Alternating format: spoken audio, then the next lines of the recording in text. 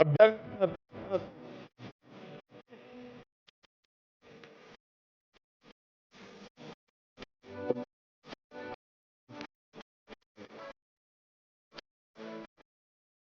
वाले नहीं है।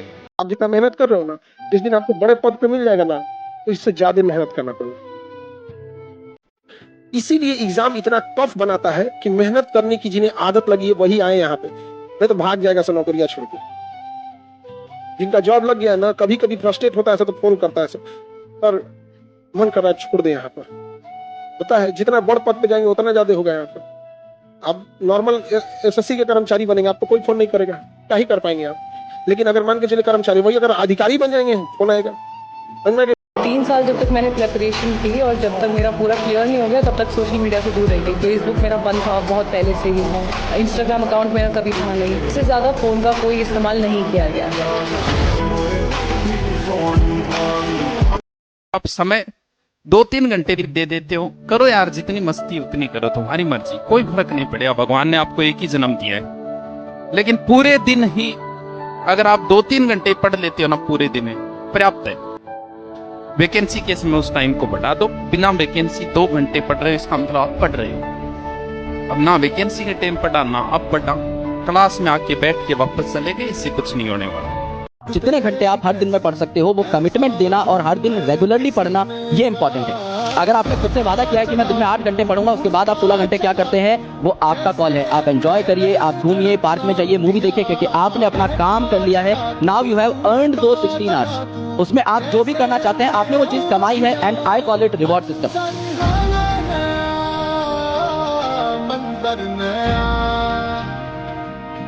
जिसको सनक लग जाती है ना सक्सेस की, फिर उसके बाद success becomes answer for all since. आपको लगता है ना खुद की जो गिल्ट है, आपने गलत काम किया, खुद ने जो पाप की गलतियां करी, उन सब का आंसर सक्सेस। और सारे आपके आसपास वाले लोग माफ भी कर देते। उनके पास ऑप्शन नहीं होता उसके बाद कोई, या तो वो आपके साथ आपके बराबर में आके उस तरीके से खड़े हो जाए। पैसा सबके पास होता है, नाम सबके पास नहीं होता। मेरे दोस्तों, अगर जीवन में कामयाबी चाहिए, अगर आप चाहते हैं कि इससे 100% काम लिया जा सके, इसकी एफिशिएंसी का 100% यूज किया जा सके माइंड की एफिशिएंसी का, तो उसके लिए जरूरत है कि इसको हम जो रिक्वायरमेंट हैं वो भी प्रोवाइड करें। मेरे प्यारे बच्चों, मैं बात कर रहा हूं माइंड के लिए हेल्दी डाइट की। मेरे प्यारे बच्चों, किसी मस्तिष्क को स्वस्थ रखने के लिए 7 चीजों की सबसे अधिक जरूरत है। सबसे नंबर 1 पे आता है प्रोटीन, दूसरे पे आती है मेरे बच्चे विटामिन डी, तीसरे पे आता है कैल्शियम, चौथे पे आता है ओमेगा 3, 5वें पे आता है मेरे प्यारे बच्चों वाटर इनटेक, 6ठे पे आता है प्रॉपर ऑक्सीजन और 7वें पे आता है फिजिकल वर्कआउट। मेरे प्यारे बच्चों, ये सातों के सातों सबसे अहम है। बेटा कलम मत रोकना। हम सभी मिडिल क्लास फैमिली के पास एक ही जादू की छड़ी है बेटा, वो है ये, और कुछ नहीं है हम लोगों के पास। ठीक है सर, आंसर नहीं आते फिर भी ये जादू की छड़ी चलती रहनी चाहिए। सर आंसर गलत आते हैं फिर भी ये जादू की छड़ी चलती रहनी चाहिए। हमारे पास इसके अलावा और कोई ऑप्शन नहीं है जिससे हम अपनी जिंदगी सुधार सकें। सीधी सी बात, आज नहीं तो कल ये जादू करता है, मुझे पता। आप शायद जितने मोटिवेशन सुन लीजिए, सबकी कहानी अलग अलग होगी, सबने अलग अलग जर्नी देखी, लेकिन आज आपकी इस उम्र पर आपके पास एक ही जादू की छड़ी है और कुछ नहीं। अगर आप अच्छे घर पे हैं, आपके पिताजी के पास अच्छे पैसे, हो सकता हो कल वो आपके काम ना आए, लेकिन इस कलम के थ्रू आप जो चीज सीखेंगे वो आपके। 2.0 का क्लास मैं एनरोल किया, उसके साथ काम भी करता था, फिर आगे पढ़ाई करता था। रहने वाले कहाँ के? इग्रापुर मेदिनीपुर, वेस्ट बंगाल से। खड़गपुर है नजर, हाँ, उधर है, वहाँ से हो आप। चल चल चल। पावर नैप थोड़ी लेते हो, दिन में सोते हो क्या? दिन में जो सोना, मेरा एक दोस्त है वो 28 मिनट सोता था। वो अभी इनकम टैक्स में एडिशनल कमिश्नर है, मुंबई पोस्टेड है, शुरू से ही वहीं पोस्टेड है। तो वो हम जब रहते थे तो वो 28 मिनट सोता था। तो हमने उससे पूछा यार ये 28 मिनट का क्या रोल है? तो उसने कहा कि यार देख, पढ़ने के लिए दिन में एक हल्की सी पावर नैप ली हुई हो तो उससे एनर्जी बढ़ जाती है और फ्रेशनेस बहुत ज्यादा फील होती है, और उससे फिर मेरी आगे की पढ़ाई जो है वो अच्छी होती है। तो हाँ ठीक है, तो फिर सो ले, आधा घंटा सो ले, 1 घंटा सो ले, कि बस यही नहीं करना चाहता। आवर्स में नहीं सोना चाहता, मैं घंटों में नहीं सोना चाहता, मैं मिनट्स में सोना चाहता हूँ। घंटों में सोते ही तो वो वेस्टेज ऑफ टाइम हो जाता है। 30 मिनट होते ही आधा घंटा, वर्ड क्या यूज होगा, आधा घंटा। 15 मिनट के लिए पाव घंटा नहीं होता, तो फिर मैं कहा 29 मिनट क्यों नहीं, क्योंकि 29 का जोखिम रहता है कि कई बार अलार्म बंद करके उठते उठते 1 मिनट निकल जाता है, और 29 में सोऊं और 1 मिनट वैसे लगा दूं तो टोटल कितने हो जाएंगे, 30 मिनट, और 30 मिनट होते ही आधा घंटा हो जाएगा। तो ये भी एक अगले का फॉर्मूला था और हमें बहुत पसंद आया। तो प्लीज ये बहुत अच्छा फॉर्मूला है। आप अगर पावर नैप लेते हैं तो 28 मिनट से ज्यादा, आवर्स में, घंटों में नहीं सोना, आपको मिनट्स में सोना चाहिए। और 15 मिनट 20 मिनट की भी एक झपकी आ जाती है आपको, उसके बाद आप एकदम से फ्रेश फील करते हैं। पागलों की तरह मेहनत करने वालों का ही सिलेक्शन होगा। ये सब रात दिन पढ़ने वाले लोग थे, नॉर्मल इंसान है, बहुत शार्प माइंडेड, और इन्होंने न जाने कुछ और किसी और मास्टर से और हिंदुस्तान के किसी और कोने में नहीं पढ़ाई की है। ये सब तुम्हारे जैसे घर में बैठ के चुपचाप बेचारे पढ़ा करते थे, पापा की डांट क्या करते थे, जो तुम्हारे साथ होता। तो यार इसका मतलब यार एक नॉर्मल सी सिचुएशन है, सारे एक जैसे ही हो, लगे रहो बस और पढ़ाई बढ़ाओ। एक लड़के का जिस समय लॉकडाउन चल रहा था उस समय उसका हो गया था एयरफोर्स में, और उसके बाद आपको पता है एयरफोर्स खत्म करके उस समय सबका सिलेक्शन हो गया था, बंद करके अग्निवीर कर दिया। तो बोला कि मैम इतनी बेइज्जती हुई थी कि सबको पता था कि मेरी सरकारी नौकरी लग गई एयरफोर्स में, और अचानक खत्म करके अग्निवीर लागू कर दिया। तो उस दिन मेरे घर में ऐसा मातम बना था कि मेरे घर में खाना नहीं बना था, मतलब सब लोग बहुत मातम में थे। पिछले साल उसका दिल्ली पुलिस सब इंस्पेक्टर में हो गया।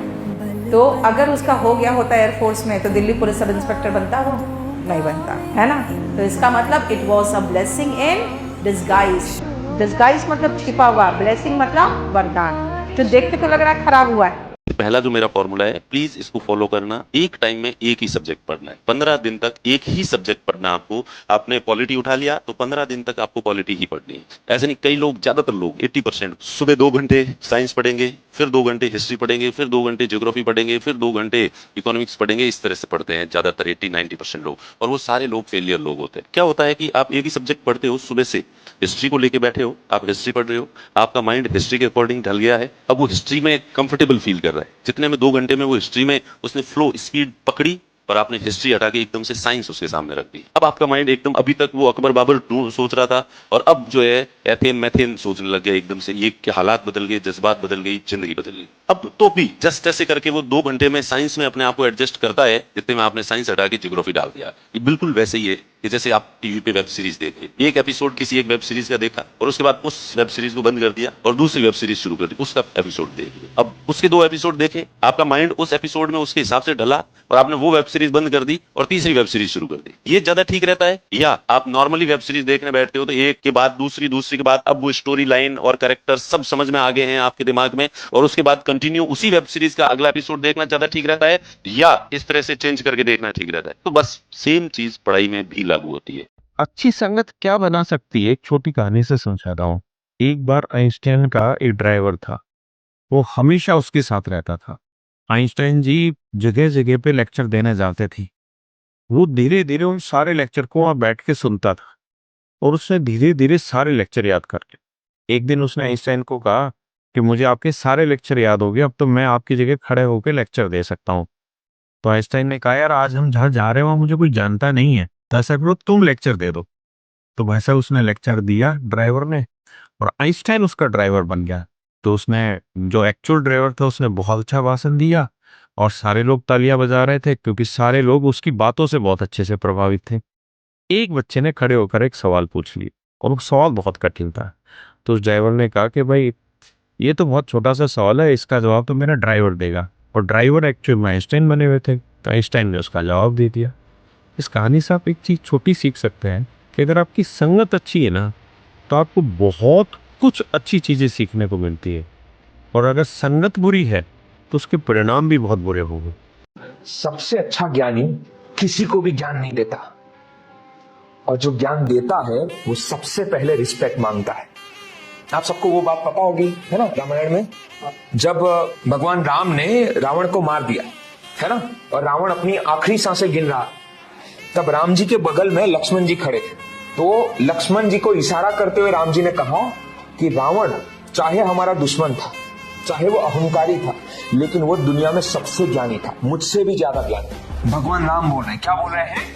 उसका ज्ञान मुझसे भी अच्छा था। भगवान राम लक्ष्मण को भेज रहे हैं कि रावण के पास जाके 2 सीख लेकर। लक्ष्मण गए, रावण तो बिल्कुल मरने की कगार पर थे, तो वहां जाकर उनके सीने के पास खड़े होकर पूछा कि रावण, भैया ने बोला है 2 नसीहत हमारे लिए भी कुछ दो, आप इतने ज्ञानी आदमी हो, कुछ सिखा के जाओ हम। रावण कुछ नहीं बोला। लक्ष्मण को समझ में आया कि तो वैसे भी अहंकारी आदमी है, इसके पास ज्ञान का क्या ही फायदा, अहंकारी आदमी थोड़ी ना कुछ सिखाएगा। करके वो राम जी के पास वापस आए। बोले प्रभु ये तो कुछ नहीं सिखाएगा, इसका अहंकार इसका तो जान जाएगा पर अहंकार नहीं जाएगा, ये बड़ा अहंकारी है, कुछ समझा नहीं रहा। तो प्रभु श्री राम ने उनको एक बात पूछा, कहां खड़े रहकर पूछा? बोले भगवान मैं उनके चेहरे के पास, उनके सिरहाने, उनके सीने के पास। तुमको ज्ञान लेना आता नहीं रे, जब ज्ञान लेने जाओ तो पांव के पास खड़े रहने का। तुम रावण के पांव के पास जाओ और पूछो, रिस्पेक्ट दिए बगैर अच्छा गुरु कभी नहीं सिखाता। राइट? इन लोगों से मत डरो कि ये जो तुम्हारे आसपास वाले लोग हैं जिनको बहुत कुछ आता है वो तुमसे आगे निकल जाएंगे। तुम्हें मेहनत करनी सीखनी है मेरी जान, बस जब ये करना सीख गए ना तो तुम इन लोगों को बीट कर दोगे। आपका ना माइंड सेट क्लियर होना चाहिए, आपके अंदर जो विजन है कि मेरे को ये चीज उखाड़नी है तो उखाड़नी है। आपको यहाँ ऐसा हुआ बनाया हुआ है कि नहीं ये एग्जाम एक अटेम्प्ट में क्लियर की नहीं जा सकती, 5 अटेम्प्ट 6 अटेम्प्ट 5 ईयर प्लान लगता है इसमें, लेकिन ऐसा कुछ नहीं है। ये एग्जाम बहुत इजी है और आप मुझी को देख लो कि फर्स्ट अटेम्प्ट है, 22 ईयर्स की एज है और ये तो एग्जाम 21 ईयर्स में, मतलब उसके पहले अटेम्प्ट देने नहीं देते नहीं। तो यूट्यूब पे एक बार उठा के सर्च कर लेना, 2017 में पहली बार मैंने बोर्ड का पेपर प्रिंट किया था। तब पैसे नहीं थे मेरे पास, 200 रुपए ले लिए थे बच्चों से मैंने, क्योंकि मुझे भी अपने खर्च चलाने होते थे। 200 रुपए लिए थे और पूरा बोर्ड का पेपर प्रिंट किया था। 2017 की बात कर रहा हूँ ये मैं। भारत भर से कुछ 10,000 बच्चों ने वो चीज खरीदी थी 200 रुपए की, और पूरा पेपर फिर वहीं से आया। जैसे आप पढ़ाई पढ़ रहे हो तो उस समय आपको पूरी एकाग्रता पढ़ाई पे देनी है, क्योंकि वो भी भगवान की एक पूजा है। जैसे हम भगवान की पूजा करते हैं ना अलग अलग, भगवान को भोग लगाते हैं, भगवान की आरती करते हैं, तो ये पूजा है ना अलग अलग। ऐसे विद्या अध्ययन अपना कर्तव्य है। तो उस समय हम जब विद्या अध्ययन करने जा रहे हैं तो भगवान को नमस्कार करके पूरी एकाग्रता, अगर हम पूरी एकाग्रता नहीं देंगे उसमें हम असफल हो जाएंगे, हमारी पूजा असफल मानी जाएगी। हम जिस डिपार्टमेंट में जो कार्य कर रहे हो पूरी एकाग्रता से, ईमानदारी से करें, बीच बीच में भगवान का स्मरण करते हैं। जैसे हम 5-10 मिनट में एक बार बोल लिया राधा अब क्या परेशानी है, कलम रोकी राधा, और 2 घंटे 4 घंटे 8 घंटे जो भी कार्य किया या पढ़ाई की उसे कर्म समर्पण योग कहते हैं। हे प्रभु 6 घंटे से ये जो हम पढ़ाई कर्म कर रहे थे इसमें जो भी त्रुटि हुई हो और आपका जो भी विस्मरण हुआ हो वो सब समय आपके चरणों में समर्पित। आपकी आध्यात्मिक उन्नति पक्का, आप आध्यात्मिक यात्रा कर रहे हैं। मतलब वो टफ सिचुएशन आई, आपको चुना गया है। हमें लगता है कि यार ये तो भगवान ऊपर वाला मेरे साथ ही गलत, अरे नहीं, आपको चूज किया गया है ताकि आपके पास कुछ पोटेंशियल है कुछ बनने का, इसीलिए आपके पास ये टफ सिचुएशन आई है। इसलिए कहते हैं विनाश काले विपरीत बुद्धि।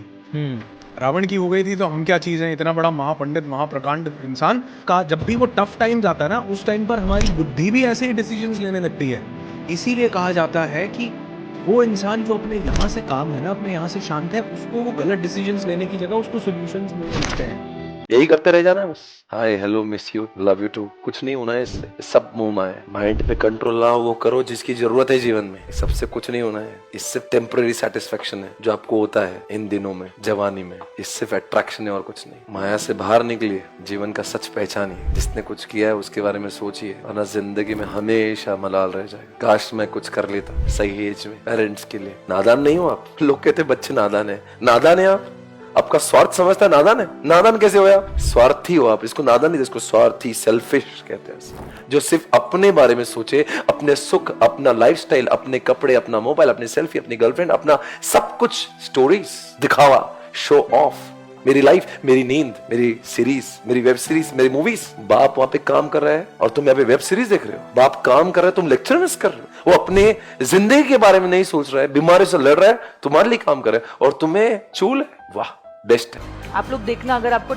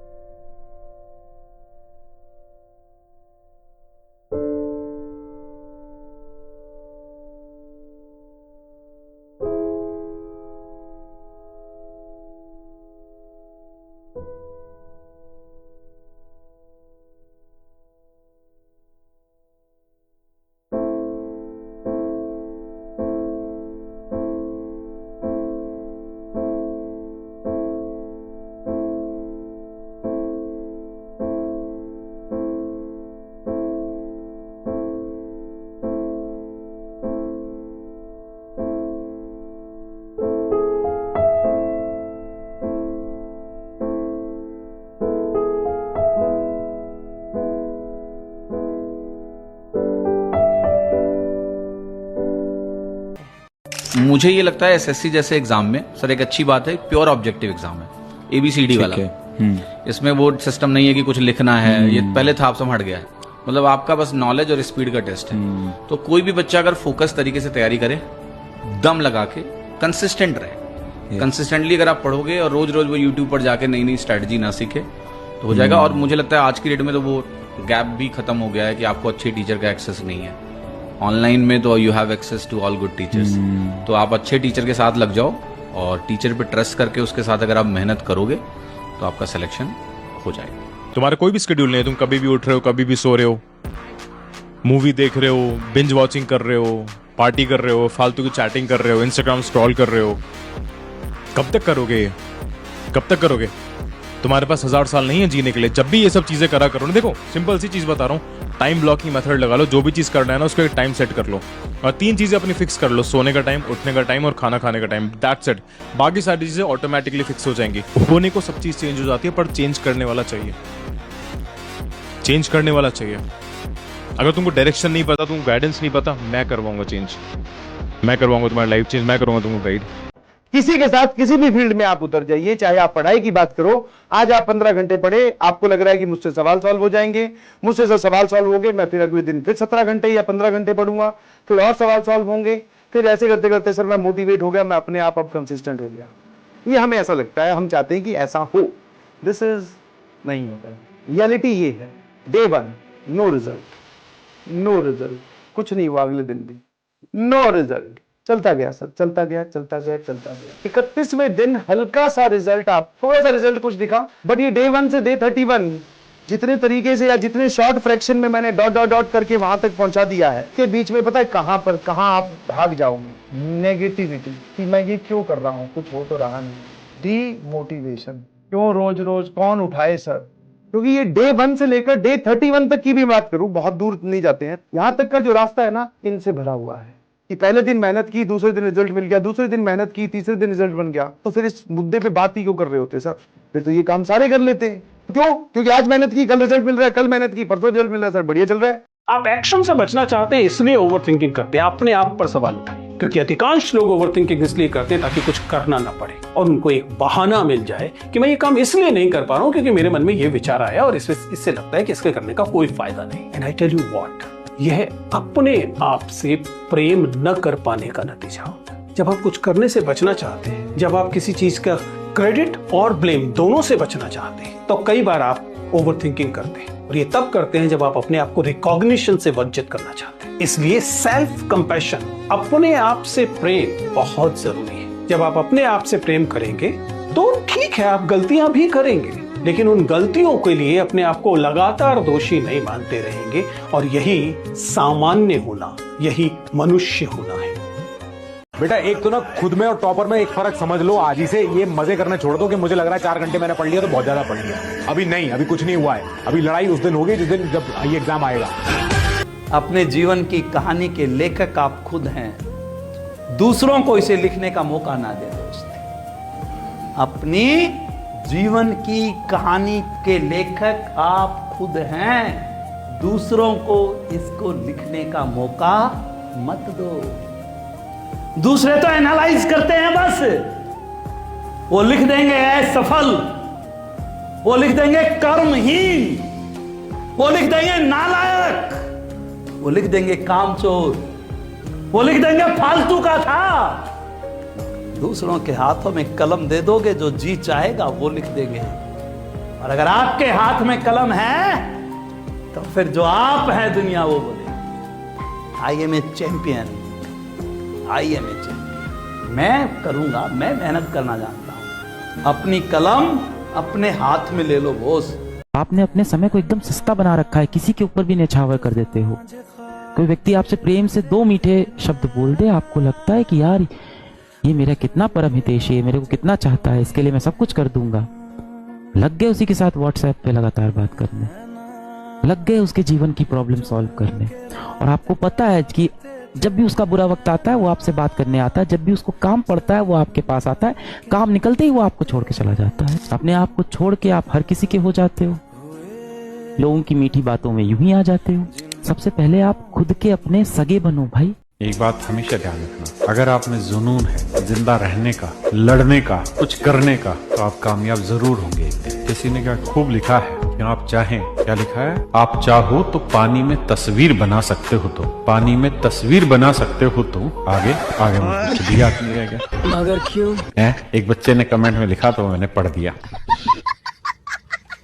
पानी में तस्वीर बना सकते हो तुम, कलम को शमशीर बना सकते हो तुम, कायर हो जो किस्मत पे रोते हो, कायर हो जो किस्मत पे रोते हो, तुम जो चाहो जैसा चाहो वैसा तकदीर बना सकते हो तुम। देर हुई जीत कर जाने में तो हमें सीने से लगाएगा कौन। माँ बाप के जीते जी कुछ करना है यार, वरना हमारी सफलताओं पर इतराएगा कौन। आप जितने अच्छे दोस्त बनाओगे, जितने अच्छे लोग आपके साथ में जोड़ोगे, जीवन में आपकी तरक्की बहुत होगी।